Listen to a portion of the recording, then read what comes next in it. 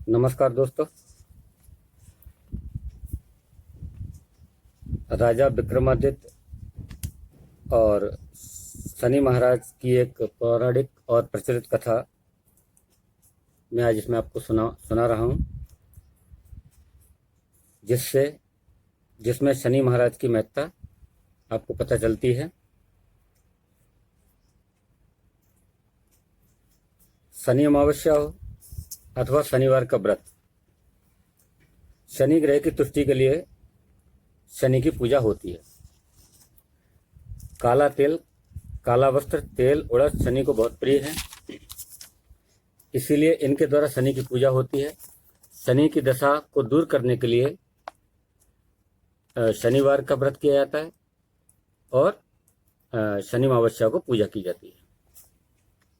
इसमें शनि चालीसा, शनि स्तोत्र और शनि के जो सिद्ध मंत्र हैं उनका जप करना भी श्रेष्ठ होता है। कथा इस प्रकार है कि एक समय सूर्य, चंद्रमा, मंगल, बुध, बृहस्पति, शुक्र, शनि, राहु और केतु, इन ग्रहों में आपस में झगड़ा हो गया था कि हम सब में बड़ा कौन है। सब अपने आप को बड़ा कहते थे। जब आपस में कोई निश्चय न हो सका तो सब के सब आपस में झगड़ते हुए इंद्र के पास गए और कहने लगे कि आप सब देवताओं के राजा हो, इसलिए आप हमारा न्याय करके बतलाओ कि हम 9 ग्रहों में सबसे बड़ा कौन है। राजा इंद्र इनका प्रश्न सुनकर घबरा गए और कहने लगे कि मुझ में यह सामर्थ्य नहीं है कि जो किसी को बड़ा या छोटा बतलाऊं। मैं अपने मुख से कुछ नहीं कह सकता। हाँ, मेरे पास एक उपाय है। इस पृथ्वी पर राजा विक्रमादित्य जो दूसरों के दुखों का निवारण करने वाला है, इसलिए तुम सब मिलकर उन्हीं के पास जाओ, वही तुम्हारे दुखों का निवारण करेंगे। ऐसा वचन सुनकर सभागृह सारे देवता चलकर भूलोक में राजा विक्रमादित्य की सभा में जाकर उपस्थित हुए और अपना प्रश्न राजा के सामने रखा। राजा उनकी बात सुनकर बड़ी चिंता में पड़ गए कि मैं अपने मुख से किसको बड़ा और किसको छोटा बतलाऊं। जिसको छोटा बतलाऊंगा वही क्रोध करेगा। परंतु उनका झगड़ा निपटाने के लिए एक उपाय सोचा। उन्होंने सोना, चांदी, कांसा, पीतल, शीशा, रांगा, जस्ता, अभ्रक और लोहा, 9 धातुओं के 9 आसन बनवाए। सब आसनों को क्रम से, जैसे सोना सबसे पहले और लोहा सबसे पीछे बिछाए गए। इसके पश्चात राजा ने सब ग्रहों से कहा कि आप सब अपने अपने सिंहासनों पर बैठिए। जिसका आसन सबसे आगे होगा वह सबसे बड़े और जिसका आसन सबसे पीछे वह सबसे छोटा जानिए। क्योंकि लोहा सबसे पीछे था और वह शनिदेव का आसन था, इसलिए शनिदेव ने समझ लिया कि राजा ने मुझको सबसे छोटा बना दिया है। इस पर शनि को बड़ा क्रोध आया और कहा कि राजा, तू मेरे पराक्रम को जानता नहीं है। सूर्य एक राशि पर 1 महीना, चंद्रमा एक राशि पर 2.25 दिन, मंगल 1.5 महीना, बृहस्पति 13 महीने, बुध और शुक्र 1-1 महीने रहते हैं, परंतु मैं एक राशि पर 2.5 वर्ष रहता हूँ अथवा 7.5 साल तक रहता हूँ। बड़े बड़े देवताओं को मैंने भीषण दुख दिया है। राजन सुनो, राम जी को 7.5 ही आई और वनवास हो गया। रावण पर आई तो राम और लक्ष्मण ने सेना लेकर लंका पर चढ़ाई कर दी, रावण के कुल का नाश कर दिया। हे राजा, अब तुम सावधान रहना। राजा कहने लगा कि जो कुछ भाग्य में होगा देखा जाएगा। उसके बाद अन्य ग्रह तो प्रसन्नता के साथ चले गए, परंतु शनिदेव बड़े क्रोध के साथ वहां से सिधारे। कुछ काल व्यतीत हो जाने पर जब राजा को 7.5 की दशा आई तो शनिदेव घोड़ों के सौदागर बनकर अनेक सुंदर घोड़ों के सहित राजा की राजधानी में आए। जब राजा ने सौदागर के आने की खबर सुनी तो अश्वपाल को अच्छे अच्छे घोड़े खरीदने की आज्ञा दी। अश्वपाल ऐसी ही अच्छी नस्ल के घोड़े देखकर और उनका मूल्य सुनकर चकित हो गया और उसने तुरंत ही राजा को खबर दी। राजा उन घोड़ों को देखकर एक अच्छा सा घोड़ा चुनकर सवारी के लिए चढ़ा। राजा के घोड़े की पीठ पर चढ़ते ही घोड़ा जोर से भागा। घोड़ा बहुत दूर तक एक बड़े जंगल में जाकर राजा को छोड़कर अंतर्ध्यान हो गया। इसके बाद राजा अकेला जंगल में भटकता फिरता रहा। कुछ देर के पश्चात राजा ने भूख और प्यास से दुखी होकर भटकते भटकते एक ग्वाले को देखा। ग्वाले ने राजा को प्यास से व्याकुल देखकर पानी पिलाया। राजा की उंगली में एक अंगूठी थी। राजा ने उसे निकालकर प्रसन्नता के साथ ग्वाले को दे दी और शहर की ओर चल दिया। राजा शहर में पहुंचकर एक सेठ की दुकान पर जाकर बैठ गया और अपने आप को उज्जैन का रहने वाला तथा अपना नाम वीका बतलाया। सेठ ने उसको कुलीन मनुष्य समझकर जल आदि पिलाया। भाग्यवश उस दिन सेठ की दुकान पर बिक्री बहुत अधिक हुई थी। तब सेठ उसको भाग्यवान पुरुष समझकर भोजन कराने के लिए अपने साथ ले गया। भोजन कराते समय राजा ने आश्चर्य की बात देखी कि खूंटी पर हार लटक रहा था और वह खूंटी उस हार को निगल रही है। राजा के भोजन के पश्चात कमरे में आने पर जब सेठ को कमरे में हार ना मिला तो सबने यही निश्चय किया कि सिवाय वीका के और कोई इस कमरे में आया ही नहीं, अतः अवश्य ही उसी ने हार चोरी किया है। परंतु वीका ने हार लेने से मना कर दिया। इस पर 5-7 आदमी इकट्ठे होकर उसको फौजदार के पास ले गए। फौजदार ने उसको राजा के सामने उपस्थित कर कहा कि ये आदमी तो भला प्रतीत होता है, चोर मालूम नहीं होता, परंतु सेठ का कहना है कि इसके सिवाय और कोई घर में आया ही नहीं। अवश्य इसी ने ही चोरी की होगी। जब राजा ने आज्ञा दी कि इसके हाथ पैर काटकर चौरंगिया किया जाए, राजा की आज्ञा का तुरंत पालन किया गया। वीका के हाथ पैर काट दिए गए। इस प्रकार कुछ काल व्यतीत होने पर एक तेली उसको अपने घर ले गया और कोलू पर उसको बिठा दिया। वीका उस पर बैठा हुआ जुबान से बैल हाँक रहा। शनि की दशा समाप्त हो गई और एक रात को वर्षा ऋतु के समय वह मल्हार राग गाने लगा। उसका गाना सुनकर उस राज्य के राजा की कन्या उस राग पर मोहित हो गई और दासी को खबर लेने को भेजा कि शहर में कौन गा रहा है। दासी सारे शहर में फिरती फिरती क्या देखती है कि तेली के घर में एक चौरंगिया राग गा रहा है। दासी ने महल में आकर राजकुमारी को सब वृत्तांत सुना दिया।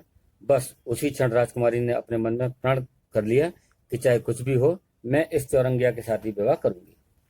प्रातःकाल होते ही जब दासी ने राजकुमारी को जगाना चाहा तो राजकुमारी अनशन व्रत लेकर पड़ी रही। तब दासी ने रानी के पास जाकर राजकुमारी के न उठने का वृत्तांत कहा। रानी ने तुरंत ही वहां आकर राजकुमारी को जगाया और उसके दुख का कारण पूछा। तो राजकुमारी ने कहा कि माताजी, मैंने यह प्रण कर लिया है कि तेली के घर में जो चौरंगिया है उसी के साथ विवाह करूंगी। माता ने कहा, पगली, यह क्या बात कर रही है? तेरा विवाह किसी देश के राजा के साथ किया जाएगा? कन्या कहने लगी कि माताजी, मैं अपना प्रण कभी नहीं तोड़ूंगी। माता ने चिंतित होकर यह बात राजा को बताई। तब महाराज ने भी आकर यह समझाया कि मैं अभी देश देशांतर के मैं अपने दूत भेजकर सुयोग्य, रूपवान एवं बड़े से बड़े गुणी राजकुमारों के साथ तुम्हारा विवाह करूंगा। ऐसी बात तुमको कभी नहीं विचारनी चाहिए। कन्या ने कहा, पिताजी, मैं अपने प्राण त्याग दूंगी, परंतु दूसरे से विवाह नहीं करूंगी। इतना सुनकर राजा ने क्रोध से कहा, यदि तेरे भाग्य में ऐसा ही लिखा है तो जैसी तेरी इच्छा हो वैसा ही कर। राजा ने तेली को बुलाकर कहा कि तेरे घर में जो चौरंगिया है उसके साथ मैं अपनी कन्या का विवाह करना चाहता हूँ। तेली ने कहा कि यह कैसे हो सकता है? कहाँ आप हमारे राजा और कहाँ मैं एक नीच तेली? परंतु राजा ने कहा कि भाग्य लेखक को कोई नहीं टाल सकता। अपने घर जाकर विवाह की तैयारी करो। राजा ने उसी समय तोरण और बंधनवार लगवा कर अपनी राजकुमारी का विवाह चौरंगिया बना विक्रमादित्य के साथ कर दिया। रात्रि को जब विक्रमादित्य और राजकुमारी महल में सोए तो आधी रात के समय शनिदेव ने विक्रमादित्य को स्वप्न दिया और कहा कि राजा, कहो, मुझको छोटा बतलाकर तुमने कितना दुख उठाया? राजा ने क्षमा मांगी। शनिदेव ने प्रसन्न होकर विक्रमादित्य को हाथ पैर दिए। तब राजा ने कहा, महाराज, मेरी प्रार्थना स्वीकार करें कि जैसा दुख आपने मुझे सौंप दिया है ऐसा किसी को न दें। शनिदेव जी ने कहा कि तुम्हारी प्रार्थना स्वीकार है। जो मनुष्य मेरी कथा सुनेगा या कहेगा उसको मेरी दशा में कभी किसी प्रकार का दुख नहीं होगा और जो नित्य मेरा ध्यान करेगा तथा चींटियों को आटा डालेगा, सबके सब मनोरथ उसके पूर्ण होंगे। इतना कहकर शनिदेव अपने धाम को चले गए। राजकुमारी की आंख खुली और उसने राजा के हाथ पांव सही सलामत देखे तो उसको आश्चर्य न रहा। उसको देखकर राजा ने अपना समस्त हाल उसको देखकर राजा ने अपना समस्त हाल कहा कि मैं उज्जैन का राजा विक्रमादित्य हूँ।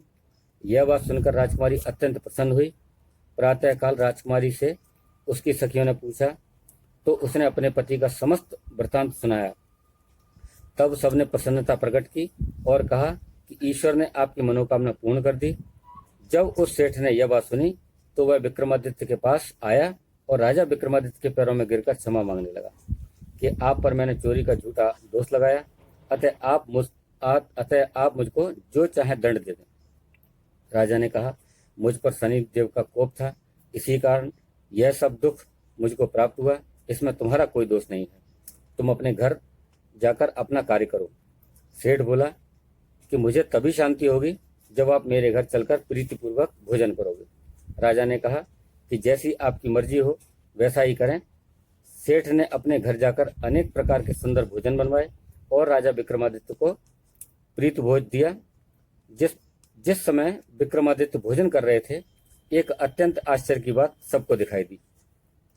जो खूंटी पहले हार निकल गई थी, वह अब हार उगल रही है। जब भोजन समाप्त हो गया तो सेठ ने हाथ जोड़कर बहुत सी मोहरें राजा को भेंट की और कहा कि मेरे श्री कंवर नामक एक कन्या है, उसका पाणी ग्रहण आप करें। इसके बाद सेठ ने अपनी कन्या का विवाह राजा के साथ कर दिया और बहुत सा दहेज आदि दिया।